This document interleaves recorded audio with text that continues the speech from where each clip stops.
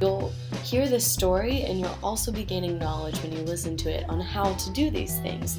I realized that my concern was really just what people were going to think of my decision. And oh my God, she's crazy. What is she doing? She's not, she's supposed to be pursuing a career. This is when she's supposed to be finding a job. And that doesn't appeal to me. That never appealed to me. Play a major role in spreading the love and the joy and reducing our imprint, for future generations and for all that we share this planet with. I was just embarrassed. I felt like I couldn't do it, like I'd already failed. I had no idea what I was doing. What did I get myself into? What was I thinking? Our history of humanity really revolves around great people. And that's all we know about. And why is that? It's because the insignificant people weren't important enough that somebody would take the time to document their life. Back to the podcast. My name is CalenOtto, and you're listening to the Unruly podcast. So this is the third part of the new series, When the Travel Bug Bites. So if you haven't listened to episode 1 and 2 of this, I suggest that you go back and listen to that. But if you're just joining us and are intent on listening to this podcast episode, we will be covering a lot of things, and more specifically the details of how I exactly traveled across the US with such a small budget back in the day. Before we start the podcast episode, I wanted to let you know about a couple new things that are up on my blog that might interest you.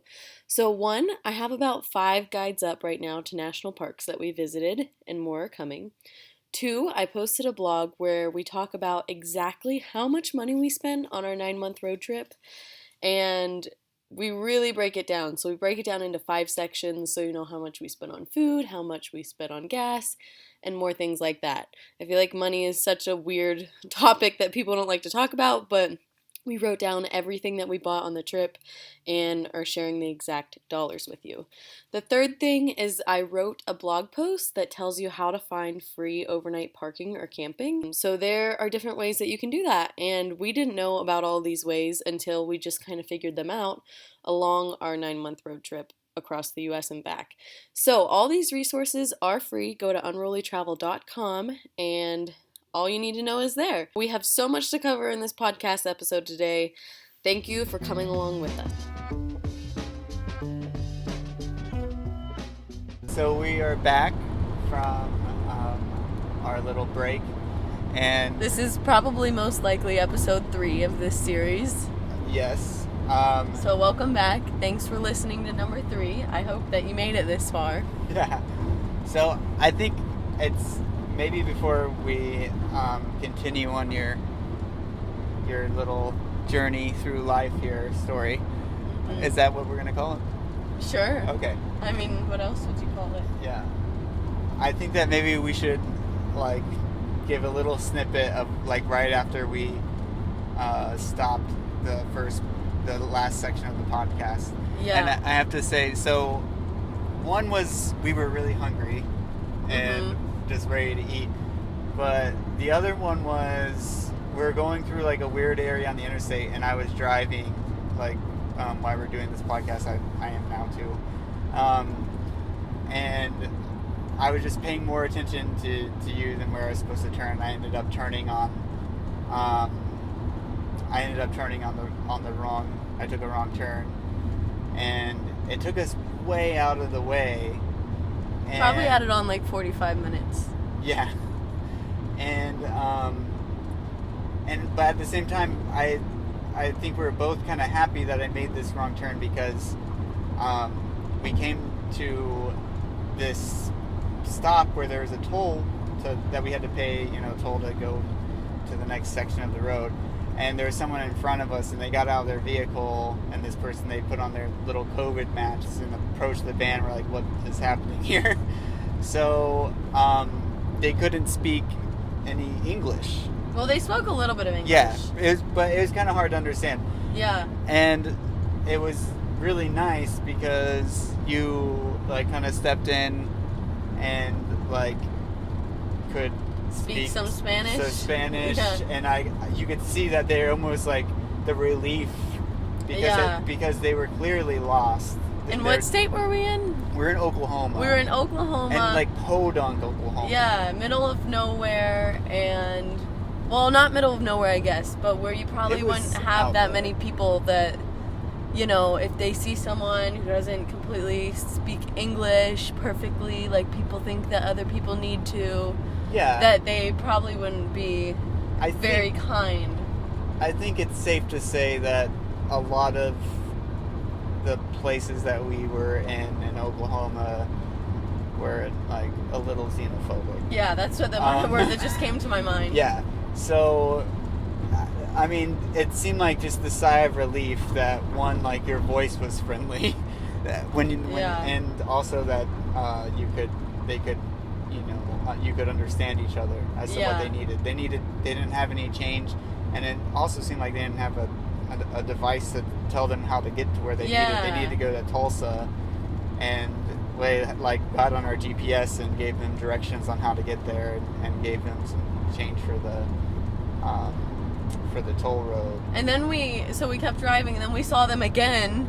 Yeah. They were pulled over, so we pulled over again, and they needed more change because they had to go back the other way and all this stuff. So it was funny because we were just talking about on that podcast episode that we were recording, well, one, about the speaking Spanish, but then two, we were talking about how travel is this give and take, you know, and I was talking about how people have done so many things for me that have been helpful, and, you know, we're going to have to accept help in life and on the road and while traveling. And then, you know, this person in front of us just showed up literally after we just got done recording. Yeah. And it was one of those situations where it was like that give and take, you know, where it's like your turn to help the traveler or this person or whatever. Yeah, exactly. But I'm glad that we were there at the right place at the right time and not someone else. And I'm also glad that those people were, like, willing to just accept exactly what they needed, you know? Yeah. Because a few dollars for us in change is not a big deal. But if that's what you need to get on the toll road, and else you can't get on, or you're going to have to interact with law enforcement or something, like, that is a big deal. So. And just having clear directions as to where you're going to. Yeah, like, it didn't seem like they had access to, like, a navigation, a GPS or anything. Yeah. Yeah. That was good you brought that up, because I almost forgot about that. Yeah. So to kind of start where we left off at, it seemed like you had just got out of this bike shop with this really rude bike shop owner. Rude dude. And you had spent the vast majority of the Visa gift card that you had, I think $165 went to the bike repair. Roughly or so went to the bike repair. So now you have what sounds like very little money left on there. Now, we did call my mom yesterday, and she thought she gave me a $300 gift certificate. And I did record a previous one where I might have said, I don't know if it's $200 or $300 because I can't remember. So we're not sure if it was $200 or $300, but regardless, somewhere around there. So we absurdly used low amount of money. A lot of it, or I used a lot of it for that bike repair. Yeah. Okay. And if you haven't listened to the last one, you should definitely go back and listen to it, even just the ending, because we talk about how the person wouldn't let me pay with my Visa gift card, and then the phone rings after my mom had kind of hung up on me, and it's my mom on the other line, and I can hear her talking to the owner of the shop. And it's funny, and my mom's amazing, so that was a really cool thing. And we called her last night, and she's like, I remember where I was, like, I was so mad. And she remembers calling. So we were there, and we were talking about how after that I got dropped off. Oh, yeah. I got dropped off at that hotel. I went to the bike shop, and my bike was fixed. So I guess we go on from there, right? Yeah. What happened next? Okay, so I don't exactly remember the next town that I was after that, but I kept on biking. And it wasn't a huge bike ride after that. I can't remember clearly, but I kept on biking, and eventually I stopped at a hostel, but it was mainly for people who were hiking the AT.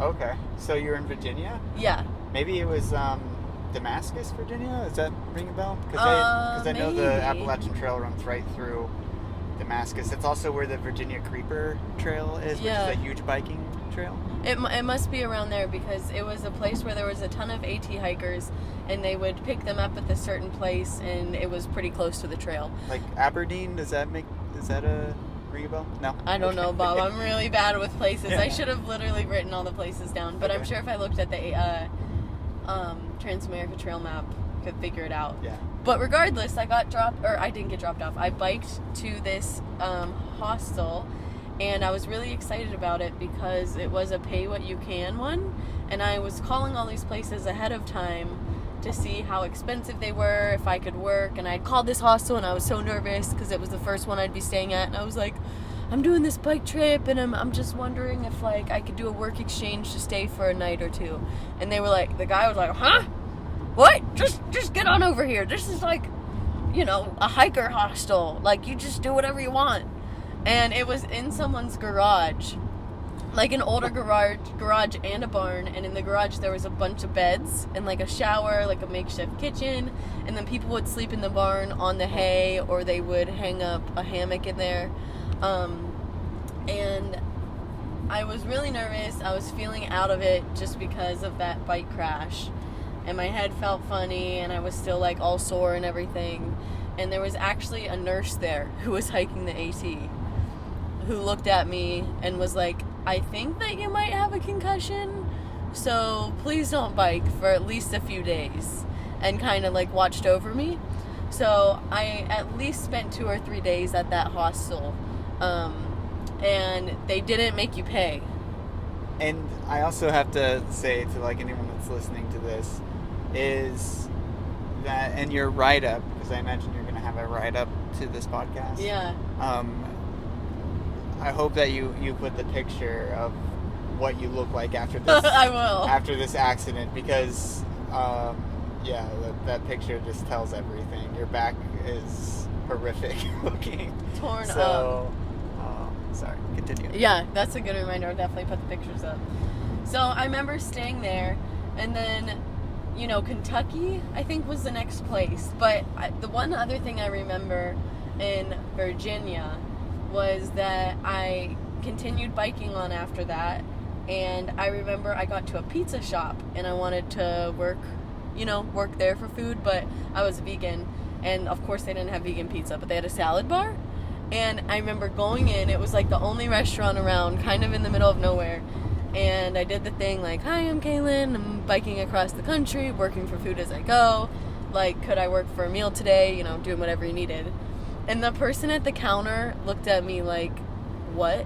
Like, they almost looked upset, and then they looked confused, and then they looked intrigued, and then amused. Like, I saw their face change, and they're like, hold on. And they like went and talked to someone, came back. They handed me the world's tiniest broom. It was like a child's broom. It was like 4 feet tall. And it was really hot outside, and they had like the black asphalt parking lot, and it was like there was like trash on it and stuff, and they had me sweep the parking lot with a really tiny broom. And I remember being out there in the heat, and I was like, this is very strange. Like one of those moments where you're like, what am I doing? And I don't know how long I was out there, but eventually they came out and they're like, okay, like, thank you, we just needed that done. No one really wanted to do it. So I think like the employees, kind of pushed off something they didn't want to do. They just let me do it, and then let me get a salad from the salad bar. Nice. So I sat inside, and the person that I originally talked to would like go up with the customer and then come back and sit with me and talk to me about what I was doing, like, who looked so skeptical at first.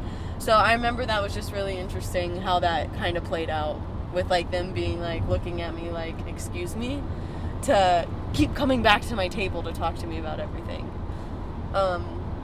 So I remember that. And one other thing I remember about Virginia is that I had met someone in Wilmington who had hiked the AT, like, while I was preparing for my bike trip. And he moved from Wilmington to some place in Virginia during that. And I remember he actually picked me up at that parking lot. And I went to his mom's house and had dinner with his mom.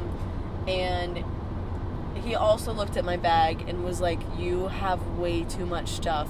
And it kind of reminded me of that scene in the book and the movie Wild, where she's sitting with that older guy, and they're like emptying out her bag, and he's like looking at her like, why do you have this? Yeah. We went through my bag together, and I remember him like pulling out stuff like, why do you have this?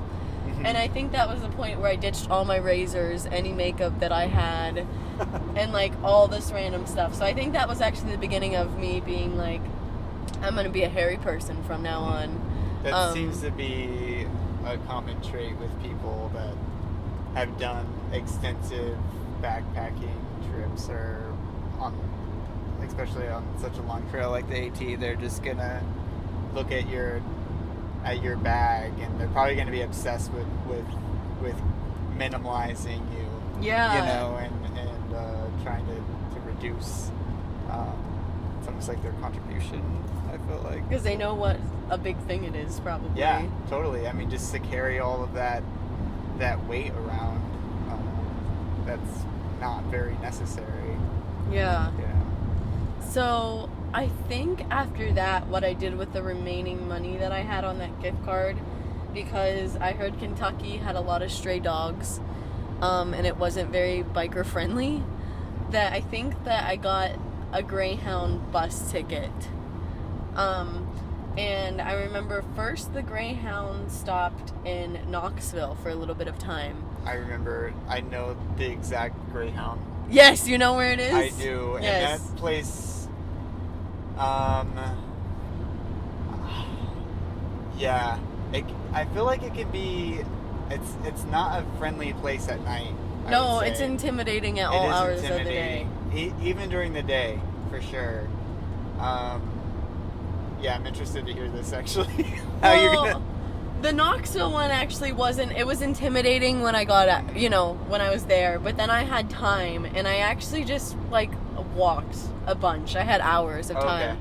And it was my first time there, and it actually wasn't, it was pretty cool because there was art and stuff. Yeah. But the one thing I remember there is that I went into a coffee shop, okay, and I asked if I could do some work just for, like, I drank coffee at that time, for, like, a cup of coffee, and the person's like, I'm just going to give it to you. Yeah. And I read, there were so many interesting books there, so I sat in there and read, and then again, that person was, like, talking to me about what I was doing. That's cool. And that's really all I remember about Knoxville.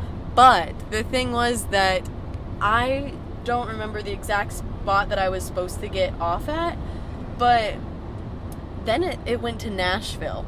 And I thought that the stop there was going to be like the Knoxville one, only a few hours. What it was that Greyhound messed up, as they do a lot, and my bus didn't leave till the next day. Goddess bless you. Thank you. My bus wasn't going to leave until the next day, and I realized that like an hour before I got into the station. And so I was messaging people on Couchsurfing like, I'm about to be in Nashville, can you please host me? Like, I have a bike. Like, and the Greyhound station kind of scared me from Knoxville. So I was like, I'm not hanging out in the Greyhound station. And I was like messaging people all frantic. And this one guy answered, and he's like, you know what, I'm actually like starting a new job, I have more free time, I can come pick you up when I get there. And I remember we got there, and the Greyhound station also scared me a bit. And then I like threw my bike and all this stuff into this random person's car. And it was actually really cool. We ordered vegan pizza, and he also liked to travel a lot, but he just got a job working for a hotel. And I told him about the bike trip and how like I was really scared to bike right now because I felt traumatized from the crash, but I really wanted to go to Colorado. He's like, me too. He's like, should we drive there? And I was like, well, didn't you just start work? And he's like, well, give me a couple days to work it out. I think that maybe we could do it. So we kind of planned on taking this trip together, but I had no idea if it would actually work. So after that, I don't know exactly where the bus dropped me off at, but I biked into Illinois. I remember that. And I also crossed a ferry on my bike. From Knoxville, right? Mm-hmm. To Nashville. To Nashville. Mm-hmm. And from Nashville to... That's the part where I can't remember. Okay. Where exactly I went to. And then somehow you're biking in Illinois. Yeah, it had to be like northern, it had to be like, the northern part of Tennessee into Kentucky. Now, when you were taking these buses, was there, like, a rhyme or reason to why you were going in this direction? Well, because, I still wanted to get off and keep biking later, but I just felt so, like, physically unable to do it from that crash. So you're following, like, this transatlantic trail. TransAmerica trail, but not exactly. Yeah, I'm, like, biking to another part of it to give myself some time. Okay. Yeah. So the last thing I remember after that was biking into Illinois and taking a ferry. That was the next part that I, like, know solid in my mind. And something that happened in Illinois that was really fun was that I was biking and then I'd stay at churches like I did before, and I met a father-daughter team who was doing the TransAmerica, and the daughter was my age, and they let me start biking with them. Like, we were sleeping at the church at the same night, and I remember I started biking with them, and I think we did a couple days together, if not a few. So I got to hear, like, their stories, which was really cool, and I just thought it was cool that they were doing it together at such different ages and different stages in their life. And then, so the person who I met, because of all the bus wildness that threw me into a, like, panic flurry, actually met me in Illinois and,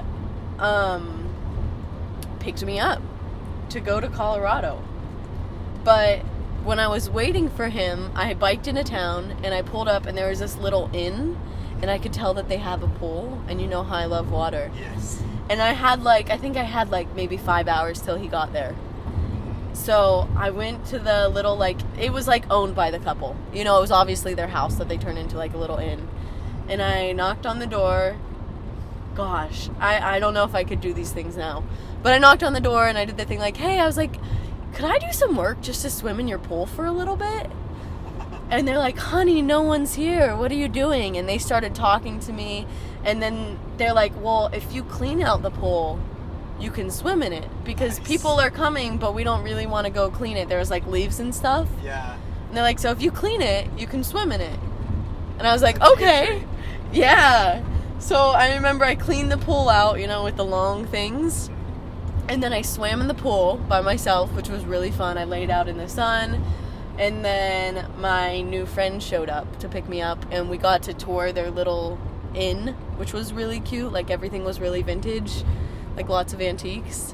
I have to interject here, and I have to say that just hearing some of these stories about how you navigate to get, you know, try to get things without using money. Yeah. It's starting to make sense as far as, like, traveling with you. And hearing some of your ideas, and I'm like, what? Like, you want to try to do what? You know? Yeah. So one of the pool thing, that there's been multiple ways of you scheming to try and get into the water. Yeah.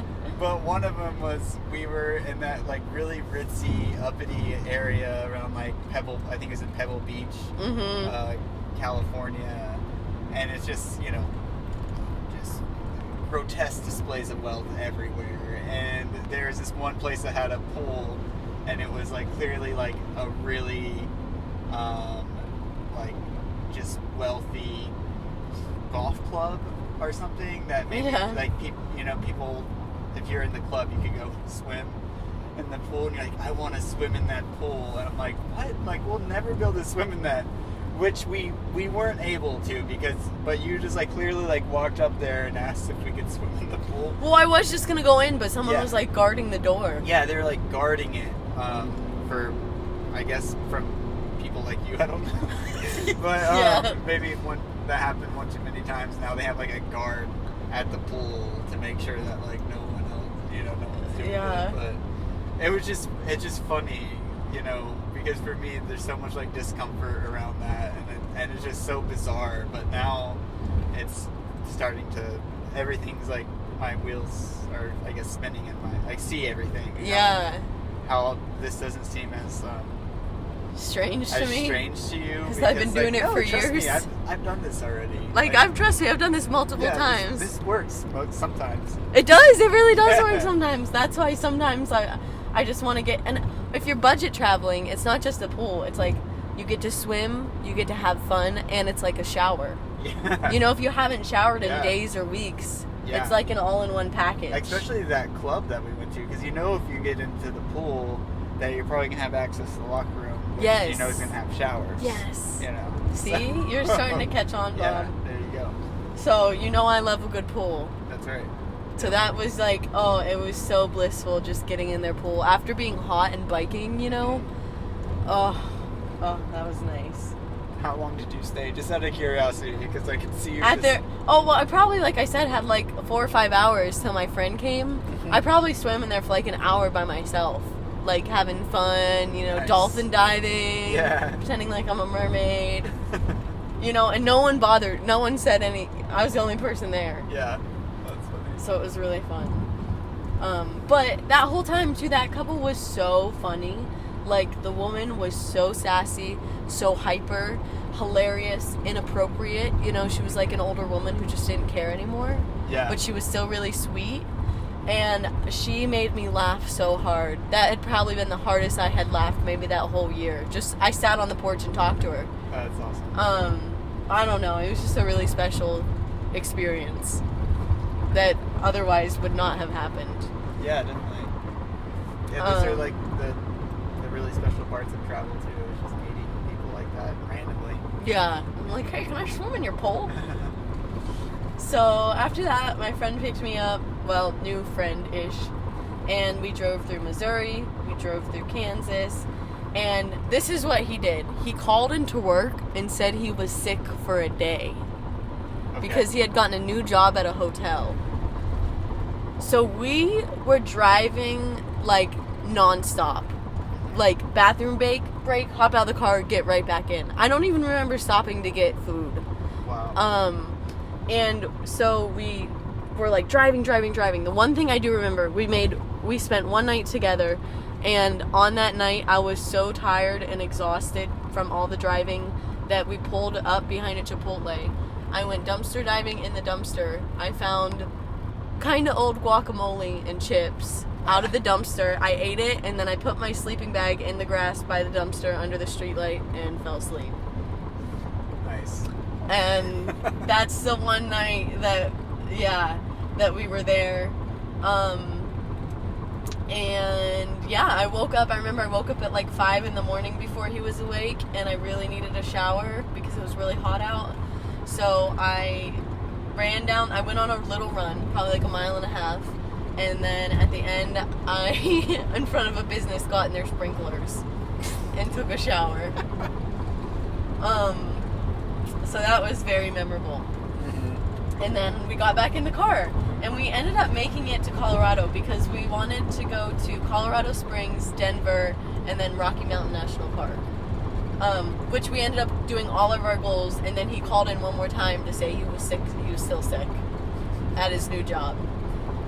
So, you know, we did all that driving. We get into Colorado, and there was a few things that I remember about Colorado. One, the beauty of Rocky Mountain National Park, which was done at the end of our day together, whatever we had. 2, we went to Colorado Springs and tried on all these funky outfits for some reason. I have pictures of that. And 3, we had edibles, which you can buy, you know, legally in Colorado. And, you know, I don't really smoke weed as like a constant user, you know? Yeah, definitely. So if anything, even like caffeine or whatever hits my system, it really hits. Super susceptible to... Yeah. Like, I don't do, like, even medicinal drugs really, and hardly any alcohol ever, and hardly any caffeine ever. So, yeah. We got them, and I was like, it was like the little vegan gummy things, because those were the only ones that were vegan. And it was like at the beginning of our day there. And I was like, you know, I just want to try it. Like, it's legal here. Not that that's right or wrong. I'm like, I just want to try it. So, you know how I love gummies. Like, I had the first one, and I waited. Nothing happened, because I'm like, I'm just going to take one. And I was like, this is pretty good. And I was like, well, nothing's happening anyways. Yeah, that's the dangerous thing about edibles. Yeah, and I was... Kick in until later. Yeah, and I was younger. I, like, didn't have experience really or anything. And I took Tim. I ate a lot of them. And I felt fine for a while until I was driving his car. Oh, wow. And it was a construction zone. Like, where traffic was coming, like, the way that it shouldn't be in the lanes. Because that's how it was rerouted. And there was, like, some big streets and all these cones. And it hit me. And it's like I was, like, in a spaceship. But I couldn't tell if I was going the wrong or right way. It was really bad. And it must have hit him at the same time. And we were like, oh God, we need to find, like, you know, it had been the day. We had we had done all this stuff. And we're like, okay, we need to find a place to sleep. And I remember, like, I don't know how this happened, but we were trying to find a hotel to stay in. And we pulled up to this place, to this hotel. And I was like, hey, go see if they have a room open. And he got up, and I thought he walked into the reception area, but this was how, like, gone I was. He walked into someone's room who had their door open and was trying to ask if we could get a room for the night. Oh, God. And I tried to walk in to help him. And this person got really mad and was yelling at us, like, what are you doing? Get out of my room! And we were just, like, so out of it. And I was scared, honestly. I was scared. Because I was like, I don't want to be like this. I didn't know this would happen. I didn't know it would feel like this. And eventually, we didn't know where to go. We knew that we couldn't function properly to get a hotel. Like, I couldn't use my phone, you know, to figure it out.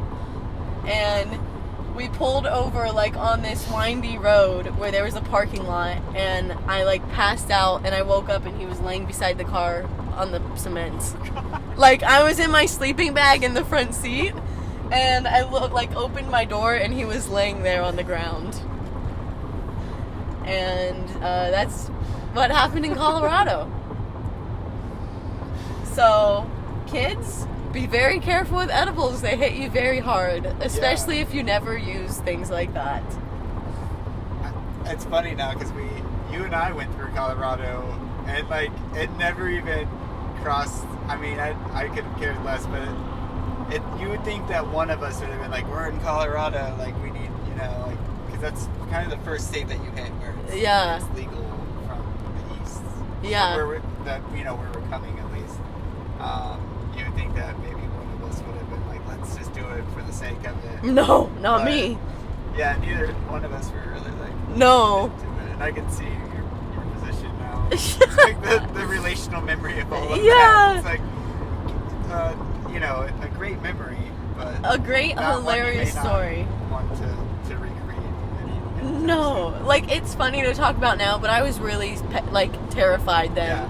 Also because I got really hungry and I kept trying to go into this gas station, but I couldn't figure out how it worked, like how to buy the chips.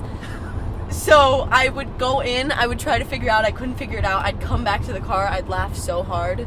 Like, so hard, I literally thought, like, I would never be in my same mental state again.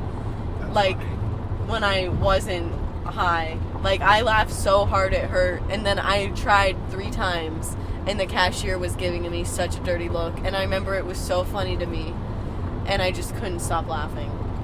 I have to say, I do really enjoy hearing people's stories of consuming edibles, because it is so tricky, you know, like, you never can really, I'm sure, like, once you're used to, like, all the lingo and stuff, you can know what you're buying, what you're buying and how much you should take of one thing, but, like, at the beginning it's just like a delicious cookie and you're not really thinking about something. Yeah. But I think that would be another really great podcast, is just to, like, hear people's edible stories. Yes. You know? Yes. Like, because it almost seems like I know, like, most people I know have, like, their story, like, when edibles went wrong, you know?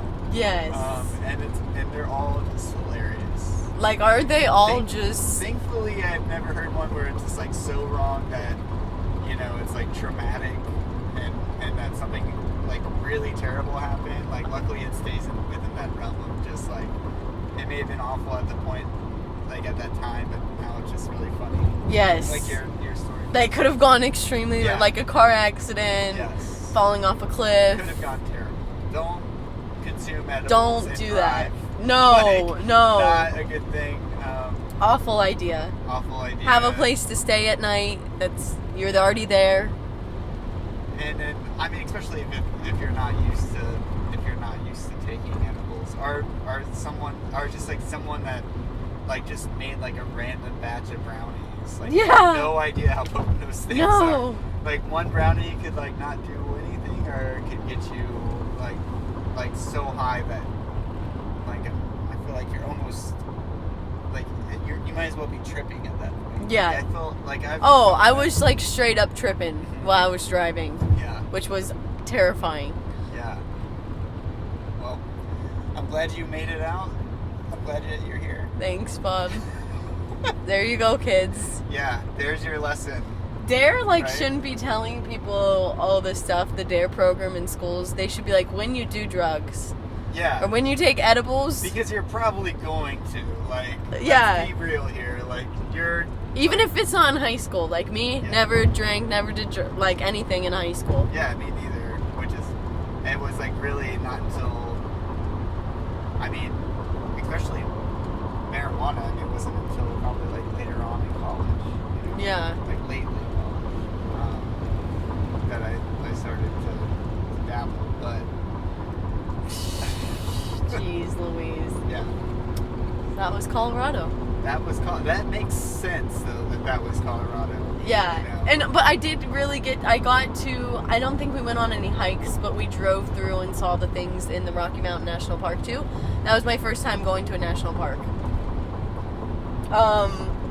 But that's not the park that I remember. Honestly, I remember, what one part of the park looks like, and then I just remember... And that was the Rockies? Yeah. That was your first national park? Wow. That had to be an epic start to national parks. It was, but like I said, we didn't do any hiking or anything. Okay. It was just driving through because he was on such a time crunch. Yeah.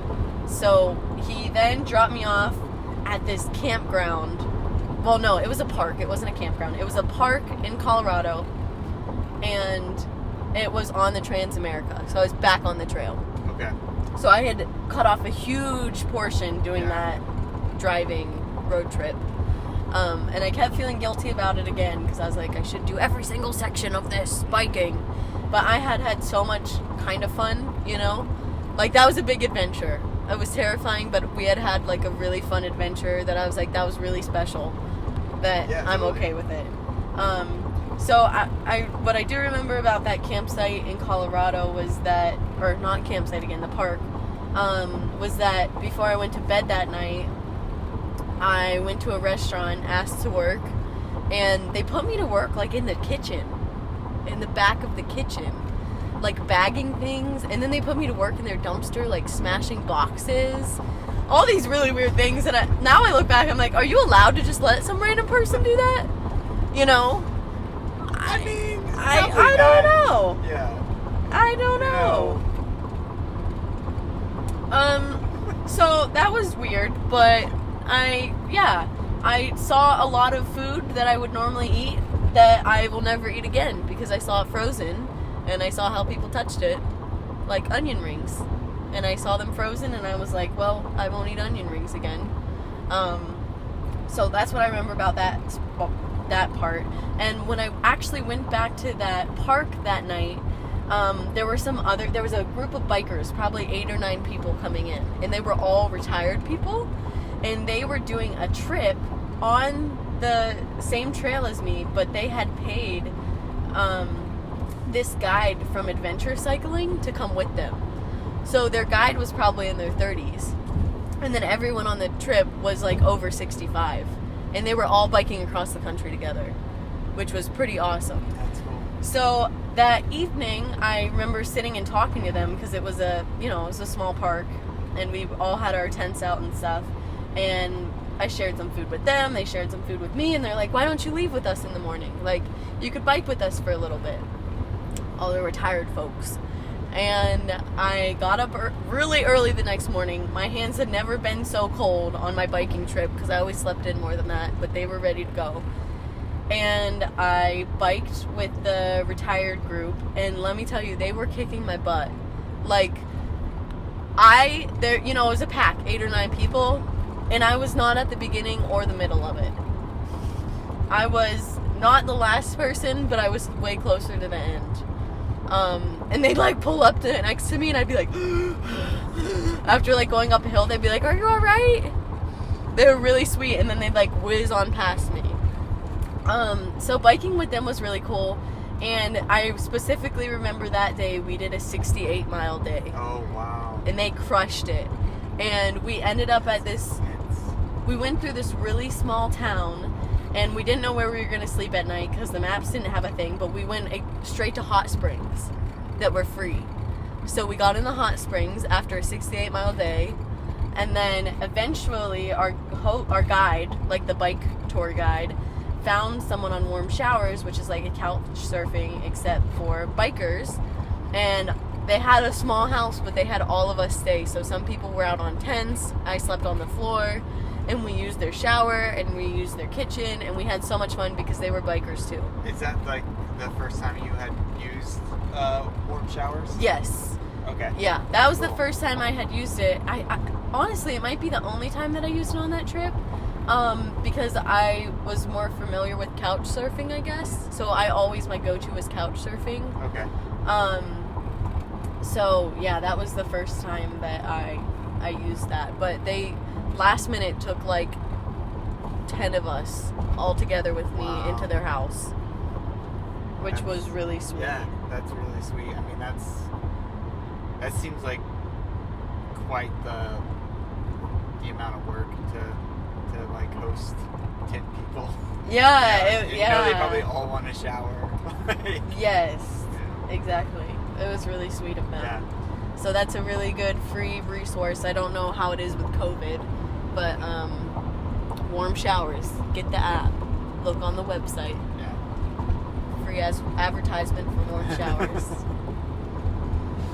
So let me think. After that, I remember that I kept biking with that group for a little bit, which was really fun.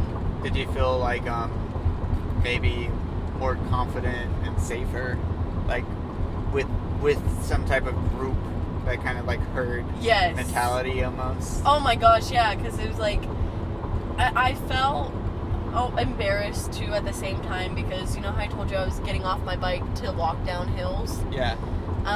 They were just flying down the hills. Yeah. And a few times I thought I was by myself, and I'd get off my bike to walk down a hill, and they'd come up beside me, and they're like, "What are you doing? You have like something wrong with your tire or something?"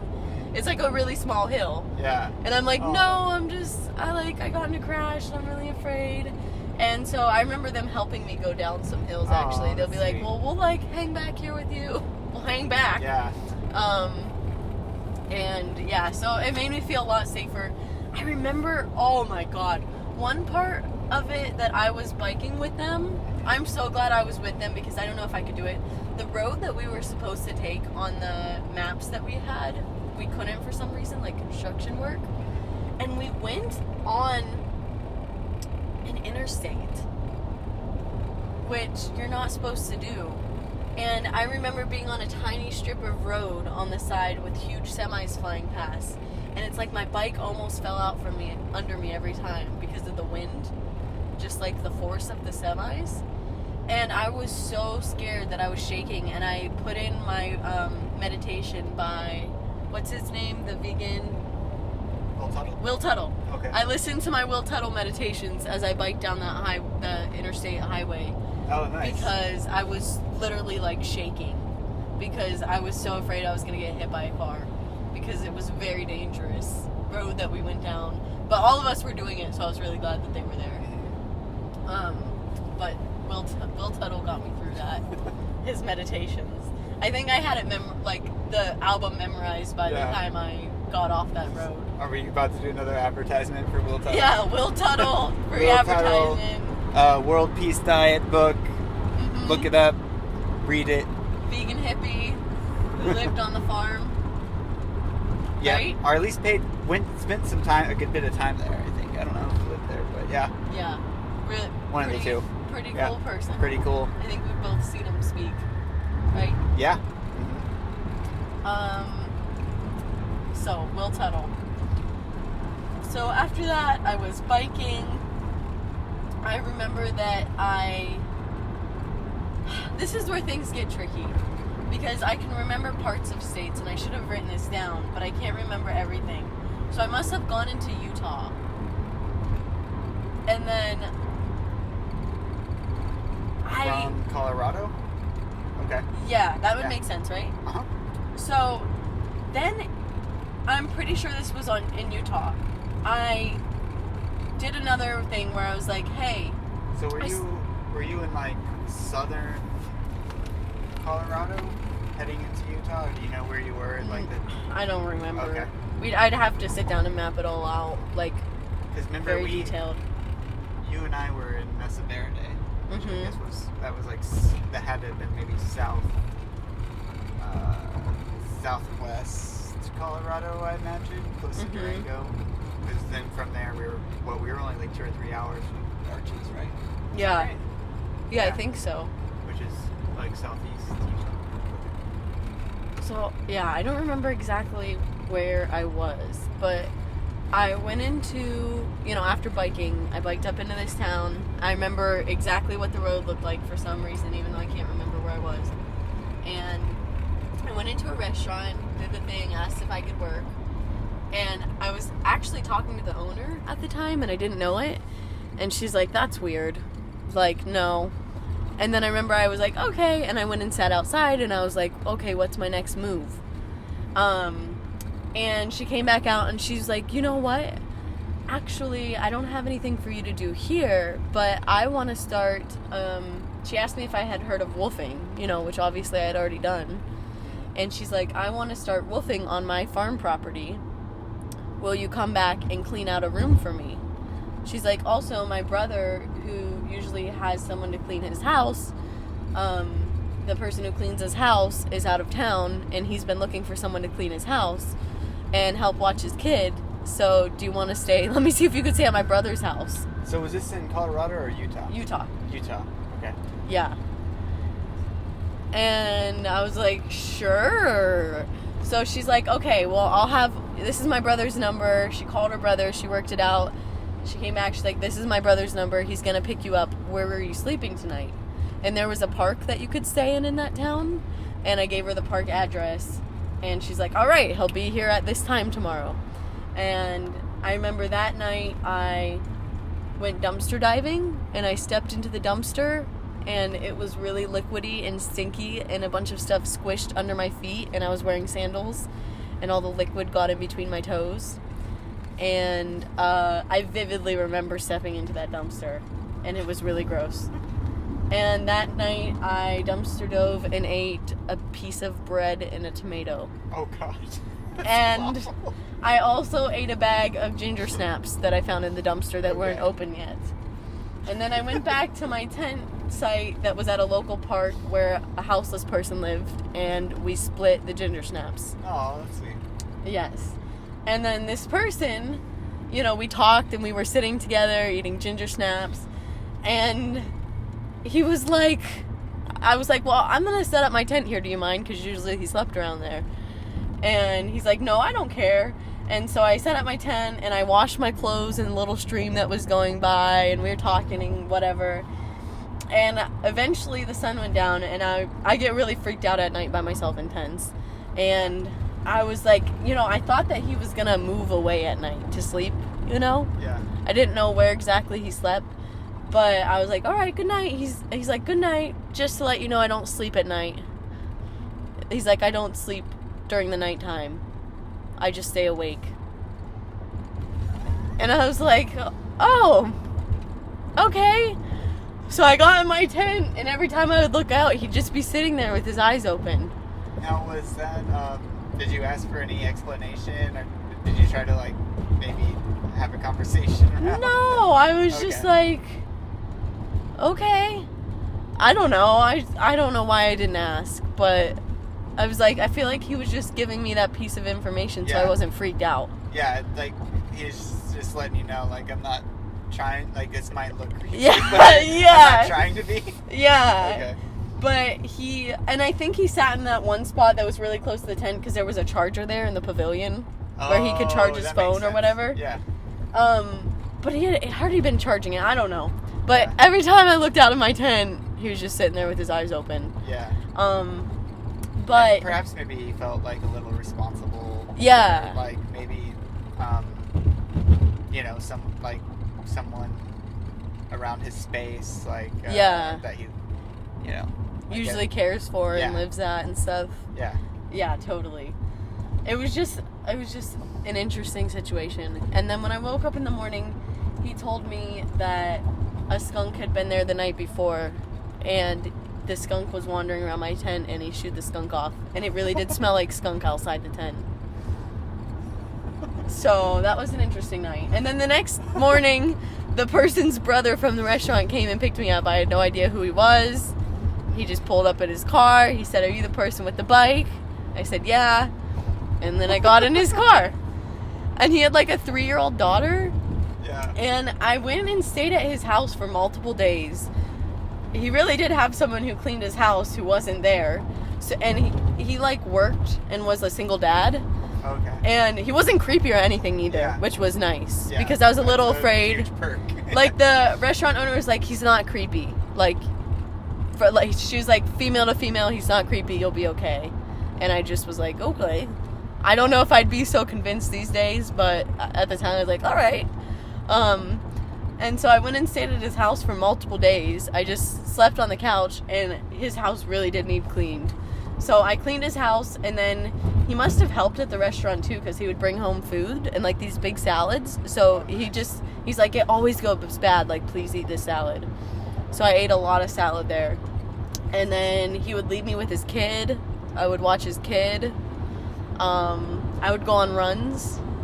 And then I'd just clean his house. How long were you there? I think it was like at least a couple days. Okay. At least 2 days, if not 3. Okay. So, I was making money, and then I made money there, and then I went to his sister's house, and she had a room that she wanted to be cleaned out. Yeah. And so they're just like passing you around, and they're like, "This is person." Yeah. Like, doesn't really know what they're doing. Yeah, they're like, "What do we need done that we could pay this person very little to do?" Yeah, okay. That we really won't have to see ever again. Yeah. And I did it. And I cleaned out this room. Like, I was doing all this random stuff. But I made enough money because then I realized I still didn't want to bike.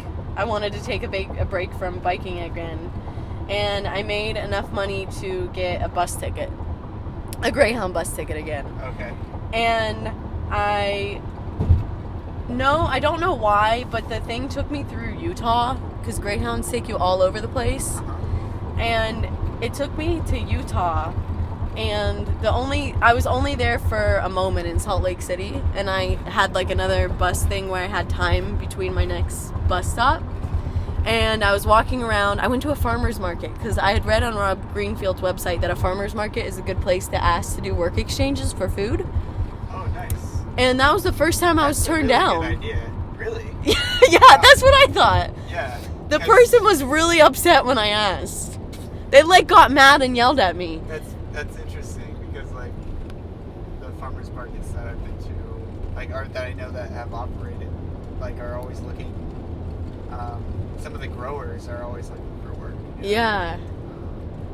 Looking for someone that's willing to help and exchange for like a place to stay and food. Yeah. That's pretty common. Well, I was just asking the person if I could do work at their booth or if they need me to do anything or whatever. Yeah. Because I did have a bus like later. Okay. So maybe that's why they were upset, because they're like, "What can you do?" And the person was like, "I'm tired of people asking me this." So other people must have asked. Wow. Yeah. So I was really upset. I probably cried. And I was walking back to the bus station. I had like snacks. I probably still had Cliff Bars that my mom had packed for me at this point. I at least ate one a day. And I saw this raw vegan restaurant. It was super fancy. And I still had a few hours. But I saw that you had to be like 21 to enter or something, and I wasn't 21 yet. But I asked anyways. I went in. I was like, explain what I was doing. I asked the hostess. And she's like, well, like, she was really interested. And she's like, I'm not supposed to have you in here because, you know, you're not old enough yet. It clearly didn't look old enough. It was like a really fancy raw vegan, organic place. And she's like, but I think we can figure something out. And she had me pull weeds. They had like gardens around it that no one had kept up with the maintenance for. And she put me to work pulling weeds. And then I think she just paid for my meal. And she set me up in a corner. And I still have her on Instagram now, actually. We talk and keep up with each other. And so I pulled weeds. She put me in the corner, like, kind of tucked away from people a little bit. And then whenever she could, she, like, literally sat with me for, like, an hour. And we just talked about our lives. And it was so fun. And it was so interesting. And we, like, exchanged so much information and stories and ideas. I feel like we got really close, like, in that little bit of time. And I actually have a picture on my Instagram that had the restaurant, and it had the food that I ate. So I'll have to go back and find that. And then she has a picture of her on her Instagram of me. Like, this person came in today, that I can still see, actually. So that was really cool. So I had something way better than probably what I was trying to get. Yeah. That's really cool. And then I got back on the bus. And then from somewhere, I biked into Wyoming. From somewhere you biked into Wyoming. Yes. So let's think about this. So like, that'd be north of Utah, right? Let's see. Like right above Utah. Yes, it would be north. Okay. Yeah. So essentially, the Greyhound Bus took me somewhere. And then from there, you're like maybe in the northern Utah, and you biked into Wyoming. Yeah. Okay. It has to be that. And I biked into Wyoming, and then I couch surfed. And I couch surfed at this person's house that I met on the couch surfing app. And he was actually, which I didn't think I knew completely, but he was like an avid hunter. Oh, yeah. And when I got into his basement, it was like all these animal skins and stuffed animals and stuff. And I remember him mentioning something because on my profile on Couchsurfing, I had that I was vegan. And at the time, I wasn't as, like, aggressive as I am now. I was very blunt, but I wasn't as, like, non-understanding as I am now. But I remember being really freaked out in the basement, and we had lots of talks about it, and it really freaked me out because he brought, like, these fish in. I remember him putting fish in the sink that he had just caught, and it freaked me out, but I was supposed to stay there for a couple days. And I remember we had some really good conversations. Like, I was very honest about everything. And he took me to the local, what is that, the VA? Like, the bar? Yeah. Which VA bar, all right. Yeah, which I don't think I was old enough to get into, but he got me into with, like, 5 of his friends. And I learned how to, I don't know if that was swing dancing or square dance. Nice. They taught me how to square dance, and I remember, awesome. like, I would just square dance with old people. And that was really fun. And I remember being really intimidated when I got into his car and met his friends because, I don't know, I was just like, if I'm going to get sexually assaulted at night, I'm getting into some random to this person's car with all these guys who are drinking, like. Yeah. But everyone was super respectful, and I had a really fun time dancing with the older people, the older, like, cow people, you know, that were there. And also at his house, I met 3 women who were biking together, going the opposite direction of me. And they were just so cool. I also did an interview with one of them, which is on the podcast, with Nicole. And she was doing it at, like, 17 years old on her own, and she had met up with the other 2 women. So I met them at this house I was couch surfing at. And so we all became friends, and, like, we all had each other to lean on, you know? Yeah. And we really liked, like, the female bond, you know? Yeah. Of, like, biking different. They had biked way more than me. But they had all become really close, even though they all didn't start together, and their stories were really interesting. And then they left. And the host that I had there was so nice, and we actually realized that he was friend with a vegan internet friend that I had. They were both firefighters, and they both somehow knew each other, even though they lived in different areas. So I had some weird common connection. I couldn't even remember anyone's name now. But I had some weird common connection. He was actually really cool. He was really respectful. But, like, trigger warning, about to talk about almost sexual assault. Which is not super bad, but it was still freaky. Because I remember that the next day, before I was about to leave, I was getting picked up by a Rotary person, like someone in the Rotary Club, to take me to my next destination. I must have not felt like biking again, I guess. And you were able to make that connection. Yeah. Your like network of yeah. Student. Yeah, the exchange, the people that I knew through Rotary Exchange got like their friends in another city. But before that, it was like I was getting picked up really early in the morning to go catch another Greyhound. And they were just taking me to a Greyhound. And that was when the other guy who lived at the house like had his door open, and he was like, hey, like I was in the kitchen getting some stuff, and I was like well, like what's going on, are you okay? And I remember I walked to the door, and he was like in his bed all creepy, and he was like, come sit down. And I was like, no, it's like 3 a.m, everyone's asleep, no one could hear me scream. But I didn't say that. I was like, no, I'm getting ready to leave. And he looked at me like, I will hurt you. And he was like, I said, come sit down. And I forget what he did next. He like got up and like, oh, no, he didn't get up. I like walked in because I was really afraid. I didn't know what to do. I'm like, do I just sit down? Like, what, there's a lot of things that happen where you're like, do I comply with this person? Or do I take the risk of not complying and then this person chases me through the house or something? I don't know. Yeah. There's a lot of things that in the moment you're like, oh gosh. So I remember I went and sat down, and he like put his hand on my belly like to touch me, and I was like, nope. And I jumped up and I ran into the kitchen, and I grabbed all my stuff that I was getting together, and I had my bags by the door already, and I went and sat outside like an hour early to leave, like in the cold dark, because I was really freaked out. I remember I walked down the road a little bit like by myself, and then this Rotary person picked me up and took me to the next Greyhound station. Also, I want to mention on a random note, it's not easy to take your bike on a Greyhound because your bikes are supposed to be in boxes. But I didn't want to take my bike apart ever because I didn't think I could put it back together. So I would go find boxes and dumpsters and tape them together. And they mean that like your bike is supposed to be taken apart compact in a box. But I would just tape boxes around my bike. And they would get really upset at me. Yeah.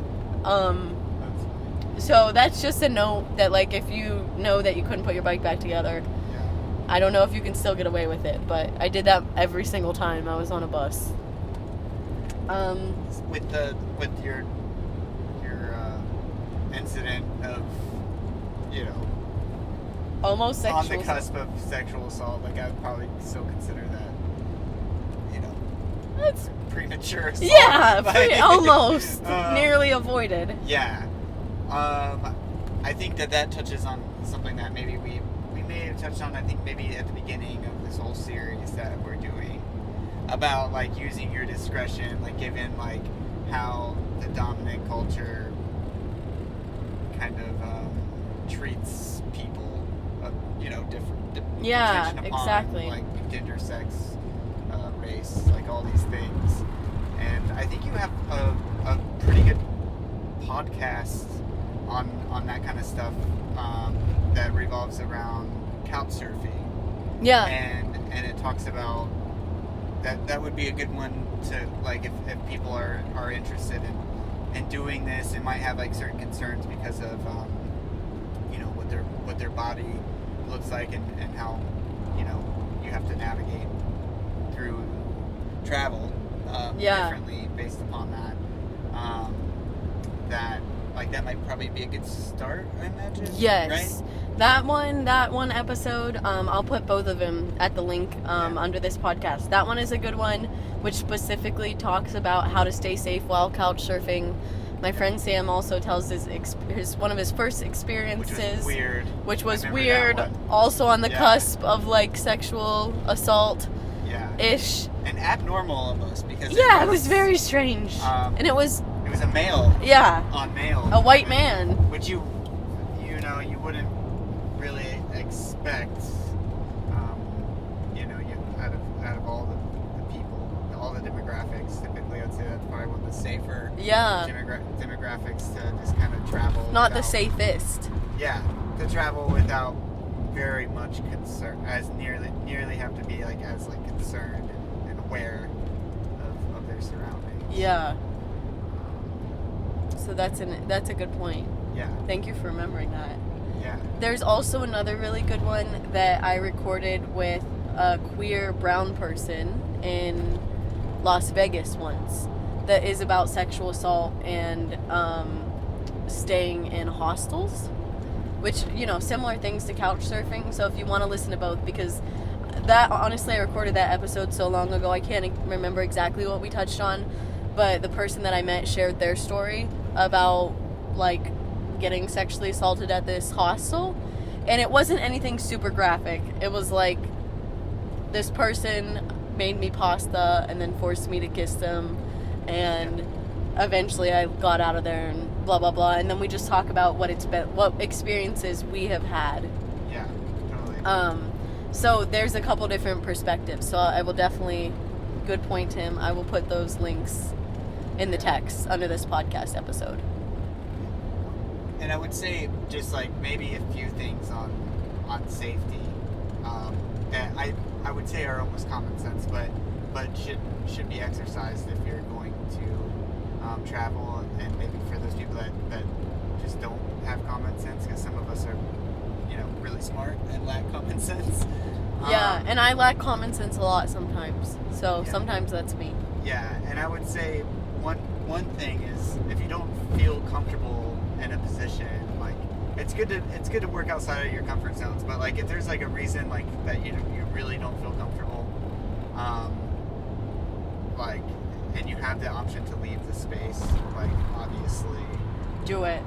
Like, and I think whenever we were traveling, probably our best example from this trip, we've been on the road for over 60 days now. Yeah.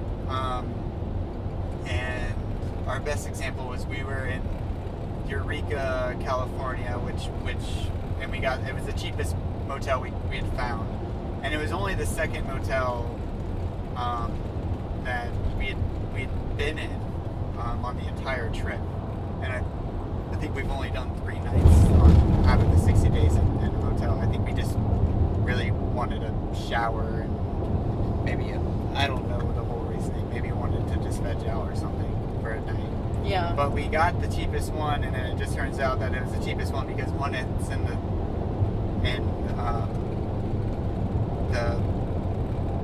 Eureka, California, which is like, I want to say has the second highest crime rate in California, and we were like, it was pretty obvious that we were just in the middle of it, and that hotel, it looked like it became very apparent that most of the people in the motel were like lived there, which is often we later found out, like, often like for reasons like there was a lot of heavy drug use and robbery and assault in that area. Yes, and because if you live in a hotel, that's fine. And obviously this place is, like that because of things that are not directly the people's fault, like government institutions and all of these bigger systems. So we're not saying that that's like the people's fault or it's bad if you live in one. Yeah. It was just when we researched it, it was like, oh, last week at this hotel, blah, blah, blah had happened. Exactly. Like even just researching the motel, it became very apparent that it was a place for just all of the like drug lifestyle and all these different things. Yeah, so, and on top of that, when we went in, it is COVID. It was not very clean. It smelled very heavily like cigarette smoke, and I know that we both just wanted like a safe, clean place to relax at for just one night. So it became apparent that like, and just looking outside and people that kind of looked like they were tweaking on meth or something. Yeah. I mean, and they were like hanging out around our van, which we had a lot of expensive stuff in there, and I was just like, you know what, like it's just not, I'm not gonna be comfortable like sleeping here. we're not gonna rest. We're not gonna get like a good night's rest. Like, let's try to get our money back and leave, and if we don't, then let's just leave. Yeah. And I think that was a really good decision. I was just like, you know, the odds are we would have been fine. Like, I think that. Yeah. But it's just when you're traveling, like, what's the point? I think that was the only position. I mean, we take risks and stuff, and we'll sleep in weird spots and stealth camp and whatever. But like, you know, if you have a gut feeling that something's not right or something, I think that's a big. Yes. So I feel like we made a good decision, and we found a hotel that was like $5 more expensive, but was completely different one town over. And that was the second time I had been in Eureka, and the first time I had been in Eureka was actually on this bike trip, which we're coming up to the part where I also had a really bad feeling and an uncomfortable experience, and I just left. So it was just like a repeat of the first time I was in Eureka, honestly. So I was like, well, twice I've just got up and left in Eureka. Yeah. Maybe that's saying something, that we just shouldn't be here, you know. But I feel like if you take risks enough, you know, and you're traveling enough, you're gonna end up in like a precarious situation. Yeah. I would say that, right? Definitely. And unless you're just really calculated. Like, I feel like you and I are both like pretty spontaneous. Like, almost this entire trip, there's a good chunk of it where we really didn't know what we were doing in 2 or 3 days. Yeah. Or sometimes even like the next day. Like, most times we didn't know what we were doing the next day. Like, we had a rough outline of what we wanted to see, but how it was going to play out, we weren't really that sure. So I think if you're like kind of like living off the cusp like that, like, you're going to run into like really precarious spots where you're going to have to like kind of maybe. I mean, and people know this too from their everyday life. Like, non-men people, women, female people, femme people, people just who aren't men. You know, there's like all of these things in your possibly everyday life, or I would bet everything I have that you, at least if you're listening to this podcast and you're over like 12 years old, you just know, how to operate in the world and what risks are at all times. So, I mean, it's not much different from that. I think a lot of people think that traveling is like way scarier in that regard, but it doesn't. No, you're still gonna have. I mean, I've had those situations in everyday life. I've honestly had very little of those situations happen while traveling. So, listen to the other podcast episodes, do your calculations, and then you can decide from there what you feel comfortable with. But I think what Tim said was a really good point. Like, if you do not feel safe and you follow that intuition, just get up and leave. Even if you lose money, even if it's awkward or uncomfortable, just do it, because you're going to be so glad that you did later. Or you're going to be really upset that you didn't later. Yeah. Cool. Okay. All right. We went off on another tangent. A little tangent there, but I think that's a good one. That was kind of like a big topic, Yeah.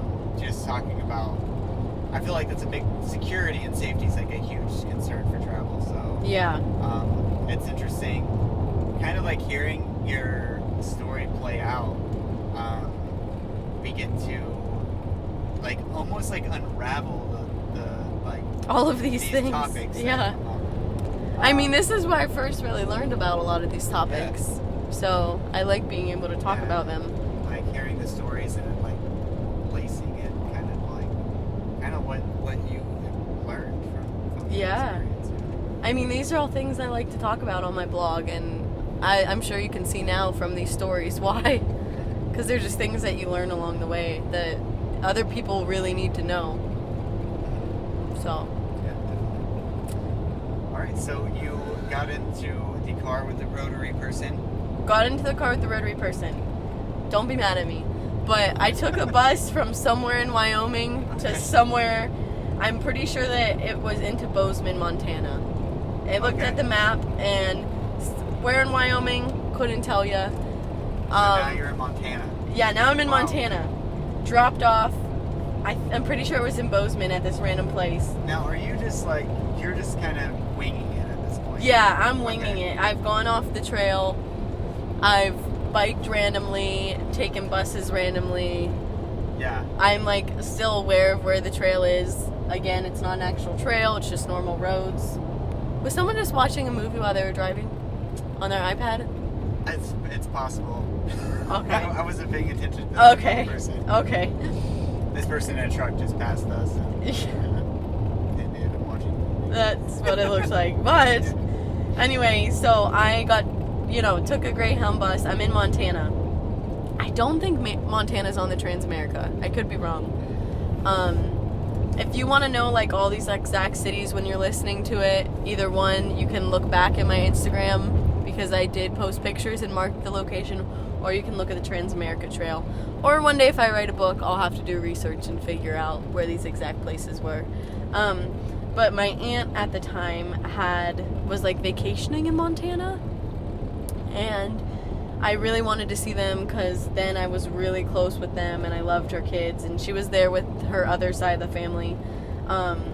So she picked me up, and I was with family, so it was really comfortable and fun. And I remember that I felt really weird because I got to take a bath. I love baths and I love water, but I sat in the bath and I remember I put my head under like my hair. And when I came up, there was like twigs and dead bugs and like all this random like grass stuff like in the bathtub. Okay. I don't know what, since I can't remember exactly, like I'm pretty sure I took a bus from one place to the other. And before that, when I was in that town in Wyoming, I was biking and going on hikes and stuff. I just don't know how often I was showering. Okay. And you can't really remember. I can't really remember, but I know I wasn't showering a lot. Yeah. And which is rare for you. Yeah. Love showers. I love showers. You love water. But I was so busy adventuring that, I especially kind of expected you to take more showers on this trip. See, Bob? Yeah. I have to say. Well, but then again, like, anytime we were close to water that's clean, or at least looks clean, like you're jumping in, even though it's freezing cold. Yeah. Well, it's not because I want to be clean. I just want to get in water, Yeah, definitely. So, I mean, I just remember getting in the bath and everything came out of my hair. And I was like, that's interesting. I, remember that exact moment. Yeah. But, Montana was really beautiful. Things seemed really expensive where we were. But that was a place where in the first episode I mentioned that I was literally doing what I was talking about doing and explaining it to someone. And it was someone related to my aunt. And she's like, well, how many times have you been sexually assaulted? You must have. Like, you can't do this. Like, women can't do that. Females can't do that. And I was like, hello? I am existing in front of you doing it. I don't know what I said at the time. This person again? Someone related to my aunt. And Who's not actually my aunt. Okay. And how did you meet them? Because it was my aunt's family, and I was staying at the house that my aunt and her family were vacationing at. Okay. After my aunt picked me up. Okay. After I got off the Greyhound bus. Got it. So, that was one of those places where, like, you can't do this. Women can't do this. Females can't do this. But you were doing it. Yeah, but I was literally doing it. That seems to be... It's a trend. It seems, people always want to explain why you can't do something.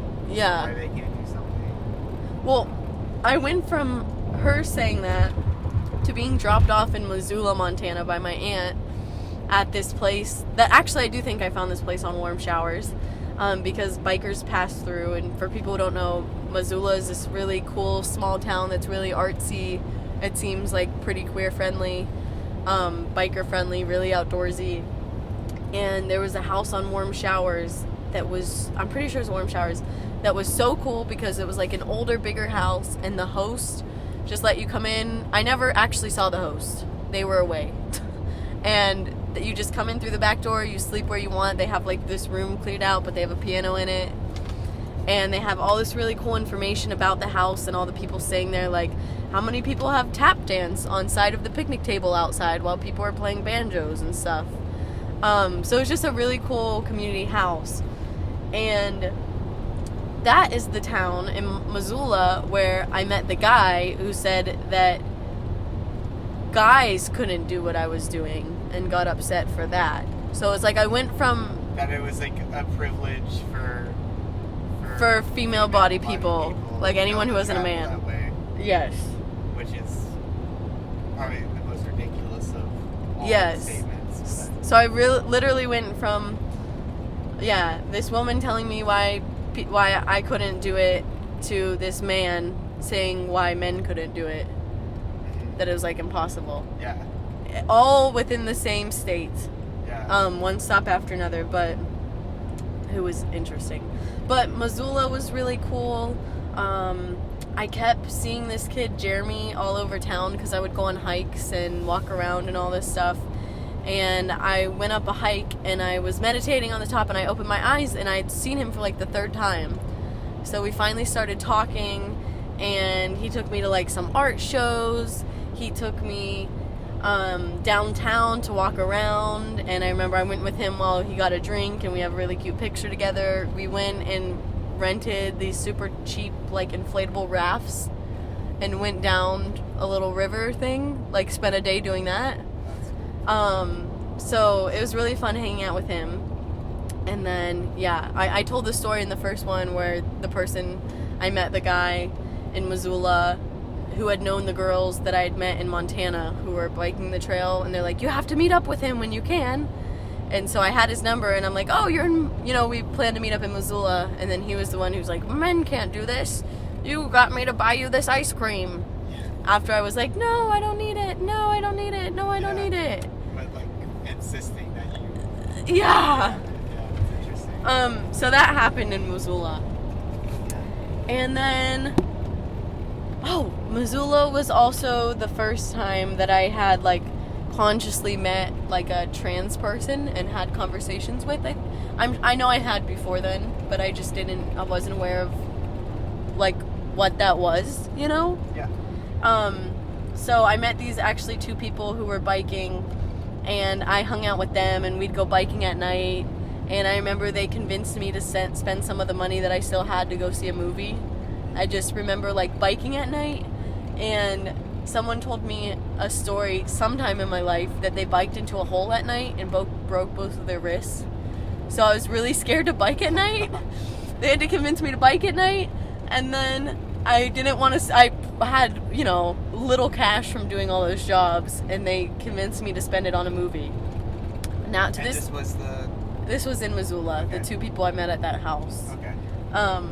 But I could not tell you what movie it was. I just remember thinking that I was going to break my wrist. So it was just a weird, random time in Montana. Yeah. And I would highly recommend people going to Missoula. And then somehow, I don't know if I biked. I don't know how I got there.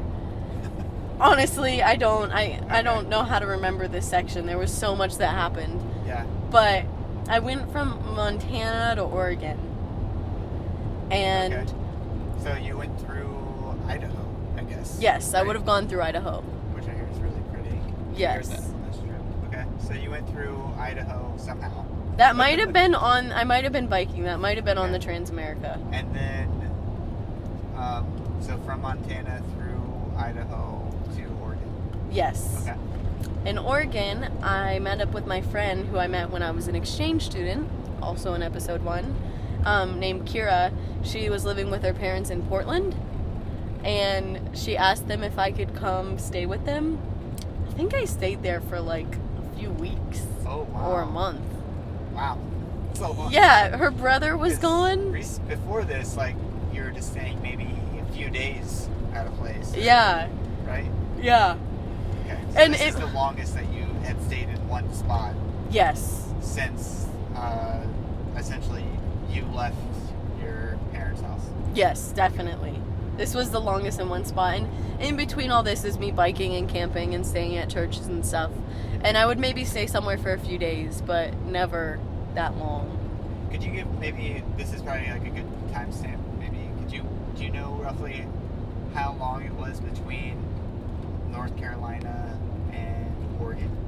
I would say that it was probably 4 months. 4 months? Yeah, because the whole trip, I think, was 6 months. Wow. So Maybe 3 months. The whole trip was around 6 months. Okay. And there's only a few more states for me to go through, like 2 more after this, but I did spend a lot of time in those states. Okay. That's wild. So we kind of brushed through. Yeah, Like yeah. Like we didn't really, like, you kind of just hit some highlights. Yeah, these are the most memorable things, Okay. because... Which makes sense now, because now you say, like, when you say, I think I may have biked Yeah. through Idaho, I'm thinking to myself, like, that would take a really long time to, like, it seems to me it would take a while to bike from, obviously, like, Montana through Idaho to Portland, Oregon, you know. Mm-hmm. But I guess if we're talking about a 4-month time span between North Carolina and Oregon, Yeah. it makes a lot more sense. Yeah, the whole trip being 6 months. I mean, it's really hard to remember every... Yeah. I know how I got to Portland. When you were saying that, I remembered. Yeah. It was really random. So, Craigslist rideshare. Okay. I might have missed a couple points in the story where I did Craigslist rideshare because... Oh my gosh, I did. Because I had done it to get to Arizona. I completely missed Arizona. See, there's so much in this trip, even when I'm going, like... Arizona, that doesn't even make sense. No, I don't know why I was in Arizona. Because I was in Flagstaff at some point, for some reason. Before all of this. Yeah, before all of this, I had taken a Craigslist rideshare into Arizona. Which may have been, like, I think we're going way back in time, because, like, obviously, you know, Arizona is well below Colorado. Yeah. There's, like, what is it, like Colorado, and then below that's, what would that be, Nevada? Yeah. Right? And then below that is Arizona, so... It's a lot. I guess we'll maybe, I don't know how we'll navigate back to that, but I guess we can just continue to organize. Yeah, we should continue because, honestly, like I said, it's 6 months. It's fascinating to try and, like... Yeah. This is my quest to, like, to understand everything. I remember on this trip that you had mentioned Flagstaff. When we passed through it just about a week ago. Yes. That's funny. Okay, so you did a Craigslist rideshare, which that's also probably a really good thing for anyone that's listening to this and wants to travel. That seems like a pretty good free resource yeah. to get long ways across the country. You can offer a rideshare, which we probably should. I mean, not right now, I guess, because it's COVID. But when it's not COVID, if we ever go on a van trip, we should definitely put it up on Craigslist to see if people need to hitch a ride. Yeah. And with rideshare, you know, it's Craigslist rideshare. It's a part of Craigslist.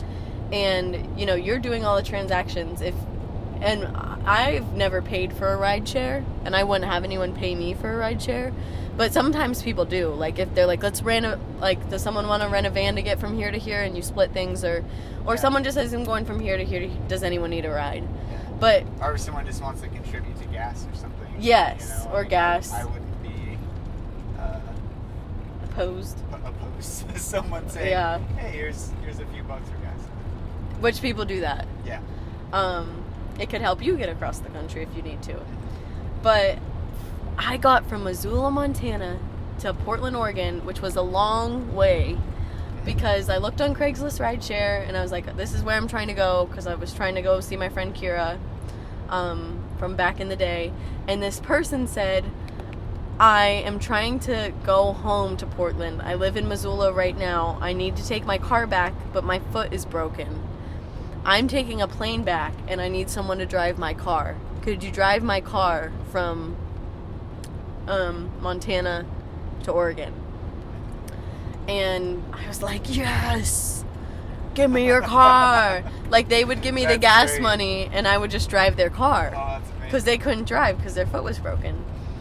And then I met this person like a week beforehand. Okay. And it's not like we really hit it off or anything like that. Yeah. I think we just felt comfortable with each other.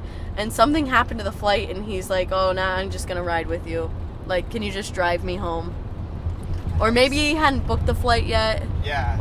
And, you know, whatever, didn't post that or whatever. But he was just like, can I just, like, ride along? Yeah. Which In I my would own probably car. Be like that. Like if the person just was like really cool, and I can see Yeah. myself like, you know what? I can actually kind of just like see myself riding with you and Yeah. saving money, and you don't seem like you're gonna be too much of a pain in the ass. Yeah, You know? exactly. Yeah. Well, yeah, so that's what happened. It was Nice. like, I think it was like over 12 hours or something. It was a long drive. And we did it in a day, and we didn't even talk the whole time. We listened to the Guys We F podcast. Yeah. And I don't know if he actually liked it, but I was like, I'm putting this on Wow. So you were listening to that back in the day. way back in the day. Yeah. That's funny. Because we listened to that on this trip. Yeah. One of them. So that is how and then from there, he took me to his mom's house there, and I remember I hung out with his mom for a little bit. She like gave me some fruit, and then I biked to my friend Kira's house in Portland. I don't remember how long it was, but I biked to her parents' house. I stayed there for probably like a month. While I was there, I did a lot of biking, and they lived on this really steep hill, like a paved one in this neighborhood that was killer to get up. So I was like biking every day, biking around the city, biking like, you know, I do really long bike rides. Yeah. By myself. Kira and I did some yoga together. I went and worked at her dad's law office, like sorting paperwork. Okay. So I made money while I was there because I worked for him. I would go dumpster diving. They also let me eat their food, which was really nice. Like, I had oatmeal every day. And then Kira had just gone vegan, so she was really excited, so we'd make meals together. And then I met my friend Henry there, who I've done actually a podcast episode with Henry too, when I was in Montreal. That's on this podcast. And that's when I told you that Henry really wanted to try disruptions, because he had gone vegan too. Oh, okay. Yeah, I remember this. And we went into a supermarket, and he snuck up behind the cashier thing, and we were supposed to do like a full-out disruption, but he pulled down the microphone and said, "Meat is murder!" over the like mics thing in the grocery store, the announcement system, and then ran out of the store. And we also went to do a disruption in a restaurant in this really bougie like steakhouse thing that was really fancy. The meals looked like they were over $100. And I did my speak out, my animal rights speak out, and then Henry was like, "We gotta go," and didn't do his, and then we left. It was we had a lot of fun though. So I hung out with Henry. Yeah, good for him. I mean, He's brave. Yeah, to have the courage to, for someone that seems kind of introverted, maybe, to have the courage to speak up for people that don't have a voice. Yeah. And to be willing to take the amount of scrutiny and criticism that people often have to face whenever they're standing up for Yeah. something horrific. Yeah. And atrocious. Like and animal for some culture. reason you're in the wrong for speaking out against it. Yeah. So good for that person. Yeah. If they're listening Henry's to this, amazing. Henry. I gotta send this to Henry. Yeah. Because that just, like, a highlight, even of my trip, was meeting Henry, and then getting to see him years later.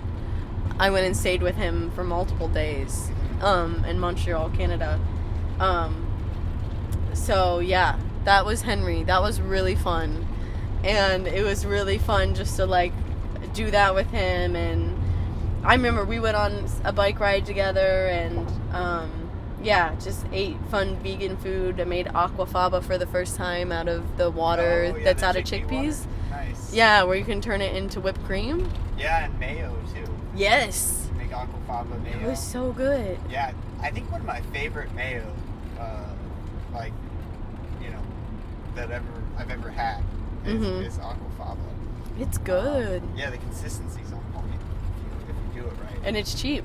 Yeah, it's just like you can literally have a can of chickpeas, or even like cook your chickpeas and just use that water. And you've got whipped cream or mayo. Yep. People listening. Yeah. So that was the first time I'd done that, which was really good. So it was a really good time. Like, I had this room all to myself. I loved their dog that they had at their house. I loved doing the animal rights activism, making some money while I was there, and then I bonded with her parents a lot. I remember I don't know, my friend Kira didn't come with us, but I went out to dinner with her parents, and would hang out with them too. They were really, like, nice, lovely people. I also met this person on Tinder. Nothing funky happened, but he took me on a hike that, like, you had to reach by car that was really beautiful, like, on the coast. And that, Tinder is a weird place, but honestly, back in the day, I feel like it wasn't as creepy. And I just met a lot of friends on there. Multiple times through this podcast, I'd be like, I met this person on Tinder. Yeah. Do you feel like it's shifted? Demographics the intentions have shifted strongly? Yeah, I feel like there's so many dating apps now that there weren't then. Yeah. That it's kind of a mixed bag, and I feel like Tinder's more just used for hookups these days. I don't know, I haven't been on in a long time, but last time I was on, that's what I felt like. But when I was on this trip, I didn't feel like that, and I didn't feel like when I met up with someone, the pressure was that you had to hook up or something. Yeah. I also said on my profile, like, if I needed a ride from somewhere to somewhere, I would put it on my Tinder profile. Yeah. Or if I needed a place to stay in a town, I'd be like, I'm in blah, blah, blah, or I'm in blah, blah, blah in 3 days. Can I stay at your house? Yeah. Like, on my bio, and then someone would message me. Weird times. But then I met someone on couch surfing, and that's when I finally left Portland. He was from Switzerland. And on couch surfing, there's, like, the hangout, so if you're in an area and you want to meet other couch surfers, you can. So, just real quick with the transition, because this was a long period of time. You're talking about like 3 or 4 months. What was, like, the spark or the motivation to say, like, okay, it's time for me to move on? Well, I think that up until that point on the trip, you could just tell when you needed to move on. And, like when you hiked parts of the AT, there's times you give yourself rest. There's times you meet other people and you want to hang out with them. It was all pretty fluid up until that point, until I was at this thing for a month. And I think that I didn't know what I was doing next, especially because I had gone off track from biking, and I clearly wasn't biking all the time. I'd figured out all of these other modes of travel that I didn't know about. Yeah. But I think just, I was just hanging around and looking at meeting people on couch surfing that were in the area just to make friends. And I don't think I had a plan to leave yet, but this popped up, and he was like, in the group space, he was like, I'm going to Crater Lake. I rented a car. Does anyone else want to go? And it seems like at this point, from just listening to the story, it seems like your ways of travel have adapted to this point where it almost seems like you figured out that maybe you enjoy traveling. The parts of traveling that you enjoyed aren't necessarily like what the biking was offering. Yeah, exactly. It seemed like you wanted to meet people, mm-hmm. to spend time with people, like all sorts of different people. Yeah. It seemed like that was a huge part for you. Mm-hmm. And then also just like to have maybe like someone to experience these things with. Yeah. And maybe even like people with knowledge, it seems like, along the way that might already know a little bit about the area and can like really like bring out like the best in a location. Yeah. Right? Totally. That I realized that was what I wanted, because at first I just thought that I wanted to bike this thing, and then I craved like the connection and that local connection from people who lived in that area, seeing things that I never would have saw, learning about the place, things that I never would have known, and meeting all sorts of people. Yeah. Races, genders, like all over the place, you know, like all sorts of people. So it seemed like you almost this trip in particular, like it seems like a big takeaway is you learned what you love about travel. Yeah, exactly. And kind of maybe the things that you could almost do without. Yeah. Or, you know, like maybe like really isolated, like just like out to prove something kind of travel. Yeah. Isn't necessarily like your thing.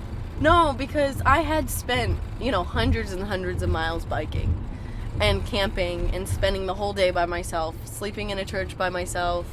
Yeah. Working at a restaurant, and then continuing like that multiple times. Way more times than I've mentioned in this podcast, because this is 6 months we're covering. But I think I ended up biking something over 500 miles, which is not even close to the whole thing.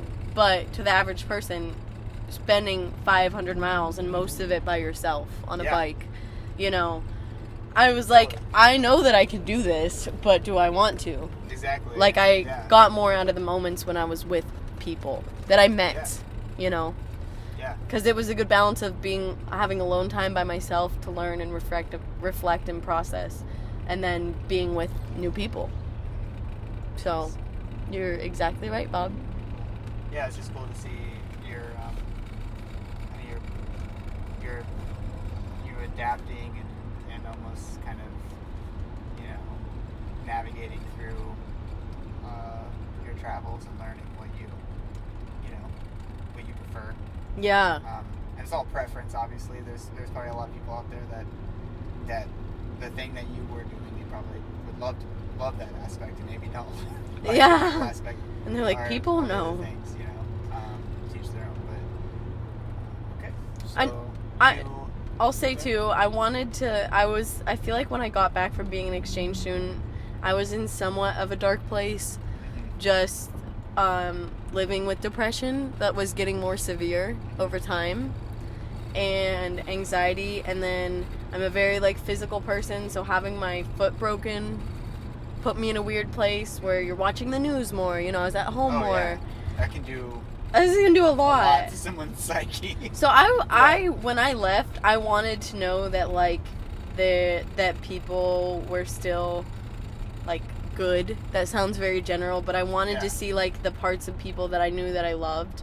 Like restore faith in humanity. It sounds very cliche, but I did want to restore my faith in humanity. Yeah. Because I think traveling is a great way to do that too. Yeah. And you know, just giving people the opportunity to show you that like people are good, you know? Yeah. I feel like sometimes the people that are the most cynical about humans in general are typically the ones that just don't get out very much. Mm-hmm. And they do just watch the news. And they just, you know, Get sucked in. Yeah, they're like they seem to be really unhappy and they just don't like people. Yeah. You know, are they? Yeah, they're very cynical or pessimistic about people in general. Yes. Yes, and that's what I felt like was happening to myself. Yeah. And I didn't want to stay in that spot. Yeah, that's not really a healthy state to be in. And I was really young, these, too. Yeah. That was happening to me at a really young age, too, so I was like, I don't want to be this person, you know, especially not right now. Not yet.